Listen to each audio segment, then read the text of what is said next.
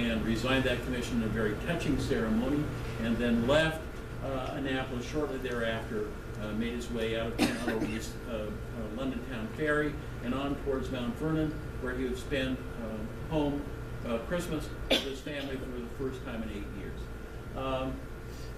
There's a picture of Washington resigned his commission. That's the white 1859 one that hangs in the stairwell. And then 3 weeks later, on January 14th, Congress ratified the Treaty of Paris. They finally got a quorum of the states present. They promptly ratified it, sent 3 copies by 3 different ships, hoping that one of them would get there in time. None of them did. But in fact, the British copy arrived late as well. No one wanted to start the war up again. So once the copies were there, they exchanged the ratified copies. And the war was over, and the United States was a co-equal among the nations of the world. And that occurred right there in our Maryland State House. I always tell people, when you go in the Maryland State House, your knees should wobble just as they do when you go into the rotunda of the Capitol of the United States or into Congress Hall in Philadelphia. As important things happened right here as happened in those other 2 places. So this is one of the most sacred and hallowed spots in American history. And when you come here, it's an honor to do so, and you should be very pleased at what happened here has had for the history of our country. Okay, so let's talk for a minute about the positive results of the War for Independence here in Maryland. Independence, first and foremost, meant that skimming right off the top of 30,000 plus pounds per year by the proprietor and his placement in the colony ended. It was kind of like, a tax increase for all Marylanders. You no longer had all that money skimmed off the top to support the proprietary establishment. Loyalist estates were seized by the state government late in the war and sold to help support the rapidly inflating revolutionary currency and to simply give Maryland some money to spend on the necessary expenses of keeping men in the field. Those estates, many of which were very large, were sold to new owners. There were a total of about 1,000 loyalist, or 100 loyalist estates seized. They brought in about 400,000 pounds of much needed money to the state. The largest loyalist estate seized was from Henry Harford, that teenager who inherited Maryland in 1771. He lost just about 250,000 acres of land.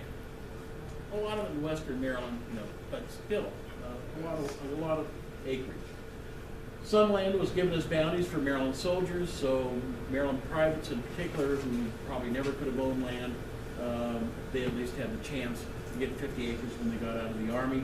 Most of them, in fact, ended up having to sell the right to those land to speculators just to get money enough to get back home after they were discharged. Most of the really valuable loyalist property was purchased at a very deep discount by people who were already wealthy. Wealthy landowners and speculators. They're really the only ones that could come up with the cash during the war that was needed to bid on these good properties. Another really important, almost in terms of Maryland, of incalculable importance, Maryland had this fixed western boundary, and Maryland's population was increasing so rapidly, between 50 and 60% of the households at the time of the Revolution did not own land or labor. So they were tenant farmers or wage laborers. They were at the very, very bottom of the socioeconomic pyramid here in Maryland.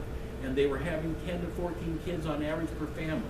So we had a problem like led to the French Revolution, this rapidly expanding number of poor at the very bottom. And who knows what would have happened in another generation or 2 here in Maryland. With winning the War for Independence, the West was open for people to go west, young man. And they did from Maryland by the hundreds. And in some places, like there was a community of 300 people who went to one Catholic church in St. Mary's County. They picked up with priests and all the families and moved over to what became Kentucky and sat down and replicated this rural community out there in Kentucky. So it was a great safety valve for the population of Maryland. What percentage did you say, 60%? Between 50 and 60% did not own land or labor at the time of the Revolution. For blacks, both slave and free, the Revolution offered some opportunities.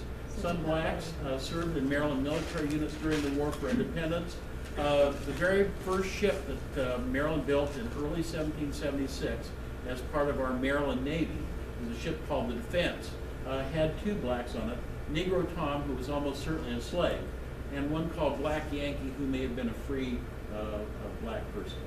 1780, the General Assembly was so desperate for new recruits for the American Army that they allowed free blacks and slaves to be enlisted, or more properly, in terms of slaves, to be enlisted by their owners in Maryland military units, and there were some, not many, but some. More importantly, in terms of the history of slaves in Maryland, is that Quakers banned slaveholding in 1777. So if you were a Quaker and you wanted to continue to be a member of the Society of Friends, you had to trot down to the courthouse and manumit your slaves. There was no way around it. So, and Quakers did, and they manumitted hundreds and hundreds and hundreds of them. 3 years later, in 1780, the Methodists followed suit and banned slaveholding among its members. They had a much, Methodists were different than Quakers. Quakers would shun those who did not and run them out of the meeting house. They were very tough on people who didn't follow the rules. Methodists were much more, Methodists had some very well-to-do slaveholding people who just simply said, no, we won't give up our slaves, and they didn't. So by the early 19th century, the Methodists backed off on that ban and said that it was morally repugnant, but they weren't going to run you out of the church if you had slaves. Importantly, free blacks who met the property qualification required of any voter could vote under Maryland's first state constitution. Isn't that amazing? If they are free blacks, if they met that 50 acres of land or 30 pounds of property, could vote. And some did in Annapolis and some did in Frederick. Poll books survived showing, like a couple in each place. But there may have been others, and the poll books simply don't survive. And they continued to be able to vote in Maryland until 1802, when the law was changed.